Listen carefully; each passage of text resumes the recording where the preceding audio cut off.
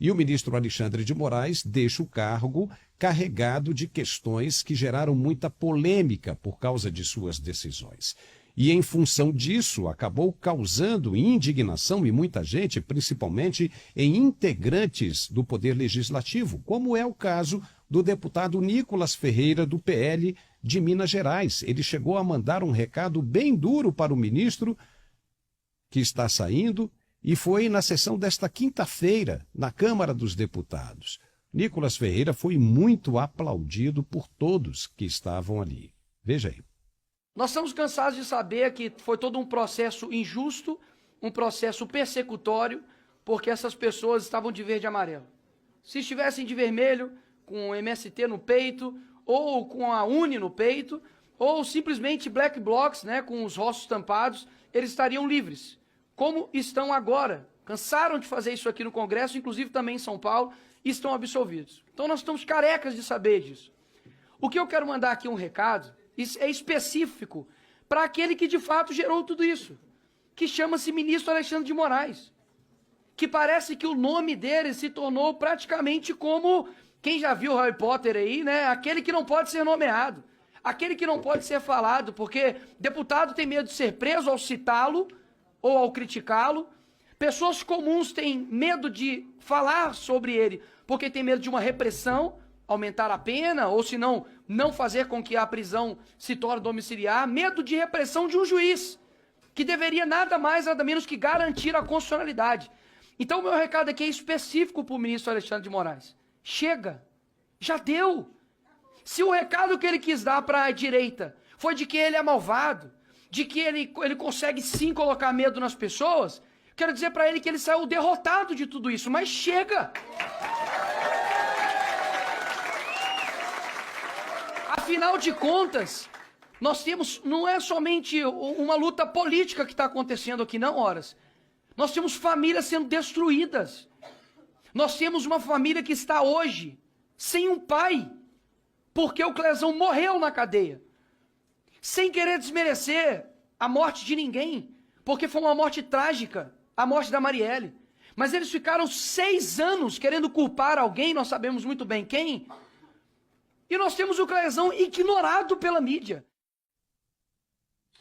Engraçado aí as referências do deputado Nicolas Ferreira, né? Porque ele é bem jovem, ele fala de Harry Potter e coisa e tal, mas ele é extremamente inteligente, né? O Gerson, você acha que ele pegou pesado nesse recado aí? Pelo contrário, como eu acabei de mencionar na minha fala lá no início do programa, quem pegou pesado nessa audiência realmente foi o doutor Silveira, né? O Ezequiel Silveira, porque ele nominou os traidores da nação citando o discurso de Ulisses Guimarães exatamente na promulgação, lá em outubro, lá de um passado que para muitos é distante, lá em 1988, quando promulgada foi essa Constituição na qual ele enunciava os traidores da nação, exatamente os que fechavam o Congresso, os que garroteavam de qualquer maneira o poder legislativo.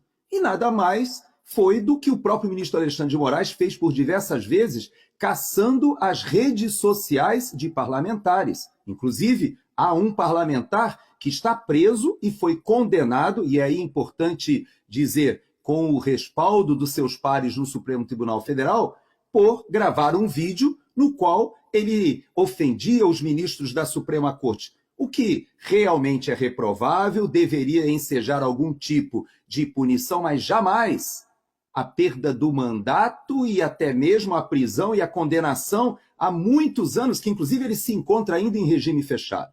O que nós temos hoje é uma reprodução, e o Nicolas Ferreira apela ali para autores mais jovens, que a sua geração entende, mas todos nós que vimos o doutor Ulisses, por exemplo, fazer referência a um nojo da ditadura, como ele dizia, podemos observar agora que o próprio Tribunal Superior Eleitoral, durante o período que agora a ministra Carmen terá a oportunidade de corrigir esse seu erro gigantesco, quando ela admitiu aquela exceção de uma censura que seria só até o final do mês e que persiste até hoje, quando esse próprio tribunal decidiu, por exemplo, retirar as propagandas eleitorais do presidente Bolsonaro que citavam a Venezuela como uma ditadura ou citavam a Nicarágua como um país que perseguia a Igreja Católica, quando, logo nos primeiros dias do governo Lula, ele recebe o Nicolás Maduro como se fosse um chefe de Estado, ele que aqui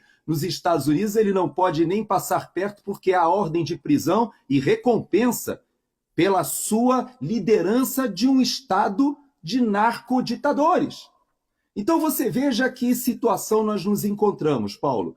O que o Nicolas coloca, e que o próprio Ezequiel Silveira também colocou, é que o ministro Alexandre de Moraes ele foi talvez utilizado como um testa de ferro, como alguém que foi escalando uma crise que começou lá com um amigo do meu pai, lá da revista Cruzoé, lá atrás, mas que nesses 5 anos foi crescendo como uma bola de neve de inconstitucionalidades e de ataques ao Estado de Direito. E hoje, essa nossa interpretação nova do que é a justiça do Brasil, ela está muito vilipendiada, Paulo.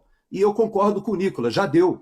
Eu acho que o ministro Alexandre de Moraes, na minha opinião, inclusive, não tem lugar mais no Supremo Tribunal Federal. Em algum momento, os seus crimes de abuso de autoridade e todas as irregularidades do processo que ele conduziu e que ainda continua conduzindo desses inquéritos do fim do mundo, serão penalizadas. A algum momento, ele será responsabilizado por tudo isso. E eu espero que isso não demore muito, porque na minha avaliação,